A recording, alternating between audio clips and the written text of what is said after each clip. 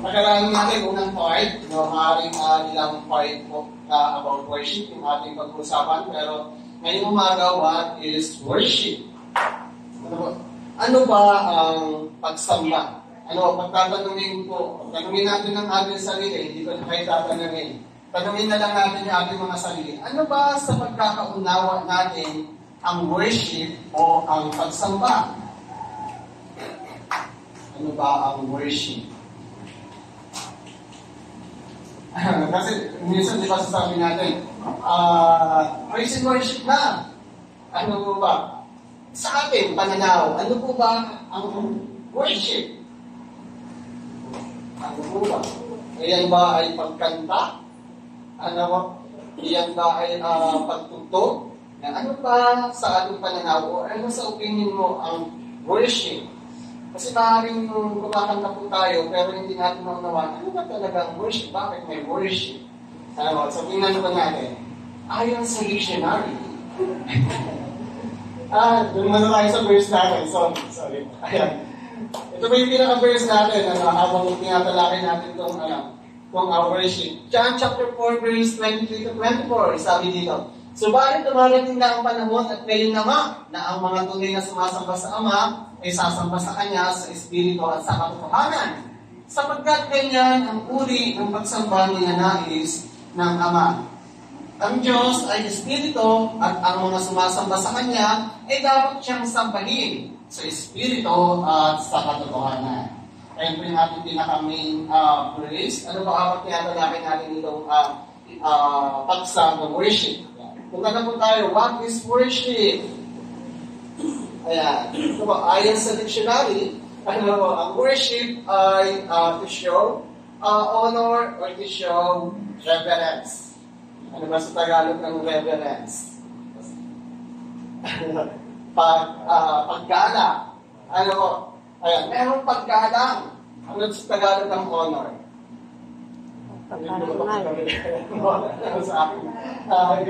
Pagkilala.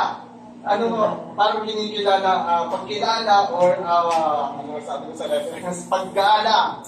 Ang worship ay pagkilala or paggalang sa sino mang inuukulan mo nito. Pwede sa tao. Yung iba ay sa Diyos. Ibig sabihin to honor or to show reverence. Pagpapakita sa pangalawa, pagpapakita ng respeto. To have or show a strong feeling or respect and admiration. Or God. Sa Tagalog, pagpapakita ng matinding damdamin, ng matinding pagrespeto sa Diyos. Amen. So yan po yung ibig sabihin ng worship. Hindi lang yan, ibig sabihin na, praise and worship na, kakanta na tayo. Kumanta ka na, ay hindi ibig sabihin mo ay nakapag-worship ka. Makakapag-worship lang tayo, kapag sa ating pagkanta ay meron pag-honor. Kung sasabi natin na nakapag-worship tayo, habang kumakanta tayo, ay pinapakita natin yung reverence. Pagpapakita natin ng paggalang, pagkilala, pagrespeto, or paghanga sa Diyos. Hindi yan basta nakakanta lang tayo. Hindi yan basta nakatugtog lang tayo. And nasabi natin, nag-worship ako kasi kumanta ako. Pero nandun ba yung pag-honor mo kay Lord? Nandun ba yung pagbibigay mo ng galang sa Kanya? Nandun ba yung pagrespeto natin? Sa Kanya? So, titingnan po natin, hindi lang siya basta isang salita na worship na parang simple lang. So makikita natin ang worship ay pag-honor, pagkilala, sa ating pong Panginoon. And, share ko lang ng konti, ako ay isang online teacher, online English teacher. So, meron po akong estudyante, matanda na din siya.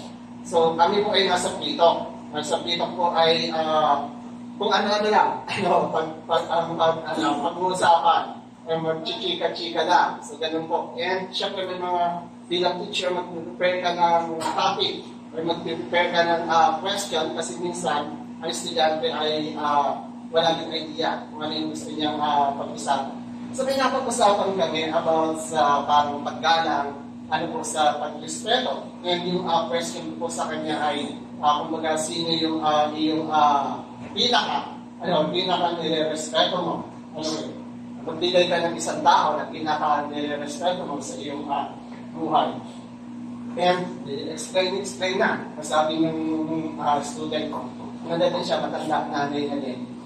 Sabi niya, ang aking parang pinaka nire-respeto ay ang aking mother din. Kaya yung kanyang nanay. So madami siyang magandang sinabi. Nagulat ako. Kasi yung word na admiration, yung word na respeto, na ang ginamit niyang term ay worship. Sabi nga, I worship my mother the most. Yun yung kanyang, yun yung kanyang explanation. So bilang, mga Pilipino, di ba, kalimitan, ang worship ay ginagamit natin patungkol sa Diyos. Pero sa ibang dahil, ginagamit nila yung pagsasabi na, kumbaga pag i-explain nila na respeto, paggalang, ay minsan pinibigay din nila sa tao. Pero, bilang mga mananampalataya, although maaaring sabihin natin yung ganung bagay, pero yung pinaka-highest, yung pinaka-mataas lagi ay para sa Diyos. Amen. Hindi natin yan pwedeng ibigay sa tao. So, makikita din natin, sabi doon, to show a strong feeling. Kasi meron tayo minsan masasabi na bakit may umiiyak? Pag nag-worship ko, bakit yung umiiyak? Bakit yung iba ay masigla? Bakit pa tumatalon? Kasi sa worship, nasabi na, it is to show a strong feeling. Kasama po yung damdamin. Kasama po yung emotion. Pagdating sa worship. Pero hindi naman emotion lang. Kasi dapat doon sa pagpapakita mo ng iyong emotion, nandoon yung pag-honor. Nandoon yung respect. Hindi din masasabi natin, umiiyak siya. Ibig sabihin ba nun, nag-worship siya? Baka naman umiiyak lang kasi iniwan ng boyfriend o girlfriend. Diba? Baka naman kaya pala umiiyak ay yung katabi niya ay sobrang gumalaw, natamaan pala, nasampal pala. So hindi, pero kasama ang emotion. Kasama din yung ating feeling. Ay minsan sumisigaw tayo, woo! May ganon. Kasi magpapakita, hindi kasama yung emotion. Yung sasabihin natin, nare-respeto ko ng mas good, may reverence, may paggalang. Pero sa pagsamba, yung buong pagkatao natin, kasama lahat. Ibig sabihin, kasama pati emotion. Pero hindi naman ibig sabihin na mag-worship ka lang, pag maganda ang iyong emotion, pag maganda ang iyong mood. Hindi ganon.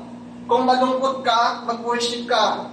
Pag nagkakahalin ka, mag-worship ka pa din. Amen. Kung masaya ka, happy ka, mag-worship ka pa din. Amen. Part natin yung bilang tao na nararanasan natin yan, iba't ibang emotion, iba't ibang feeling. Pero sa pagsamba, lahat po yan ay kasama. Buong pagkatao natin. So next po. At apat lang po. Ang meaning din ng worship, ay to fall down. Ibig sabihin ng worship ay pagpapatira pa. Sa Old Testament, ang mga tao, pag sumasamba kay Lord, sila ay nagpapatira pa. Pag sinabing nagpapatira pa, ay hindi po yan yung nakaluhod lang. Yan po ay parang nakadapa ka na mismo. Sayad ang mukha sa lupa. Ganun nila yung pinapakita ang kanilang paggalang sa Diyos. So, ang worship ay to fall down. Pagpapakumbala. Ito yung parang literal. Ang meaning ng worship. And to bow down. Yung ating pagyabo bilang pagrespeto. And last po, expression of love.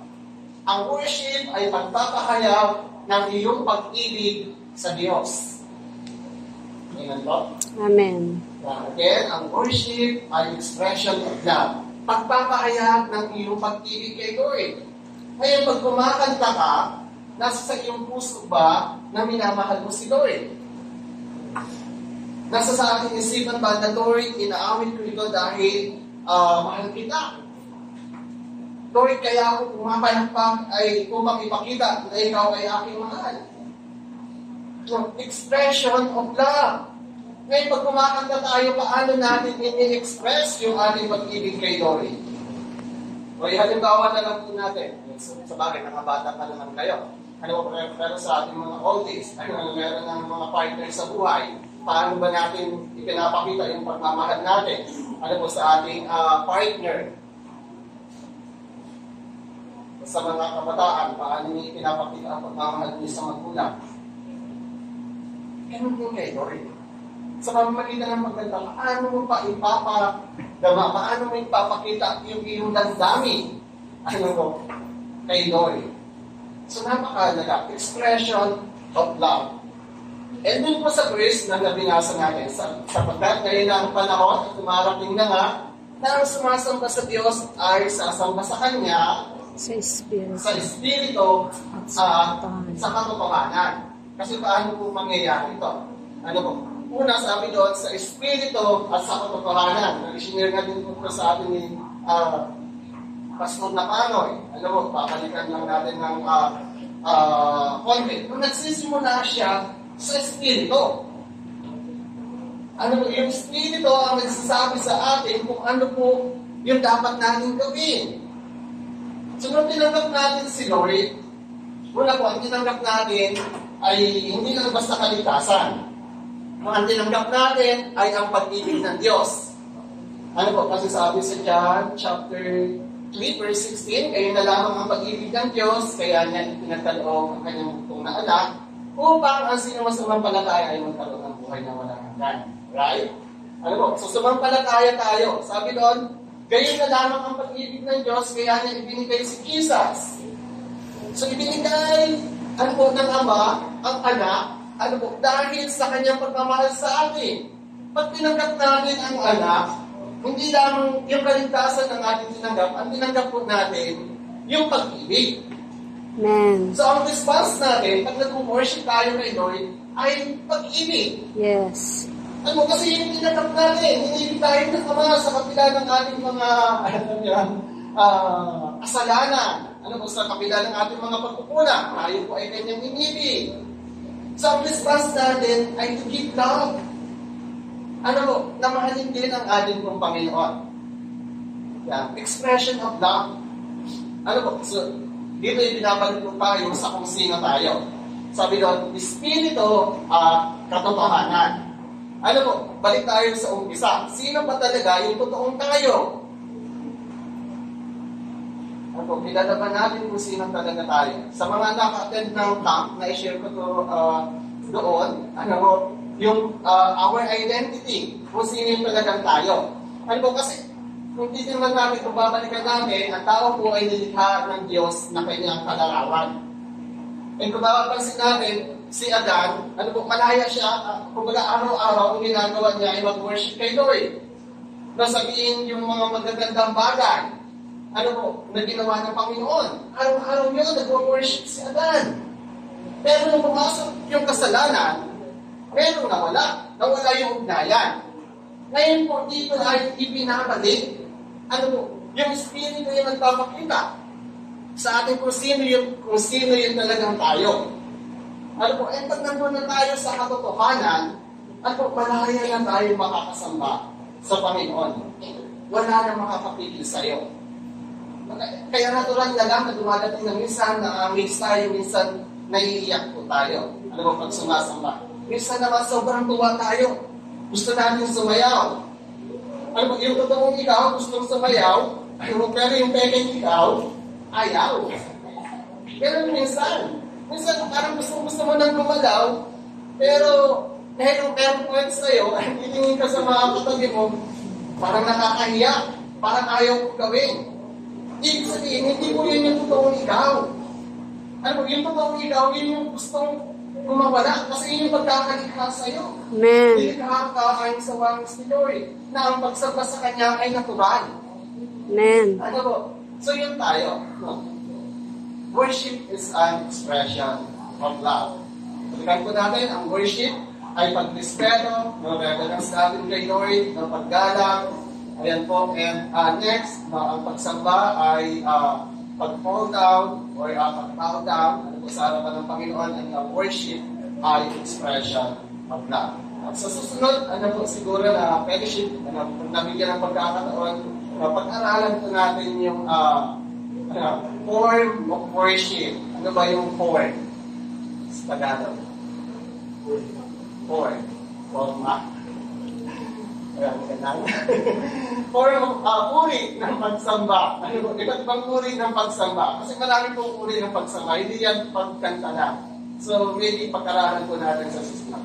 So, ayun po. Pipiliin nyo lang, apat lang naman to. And then, exercise. Ano po?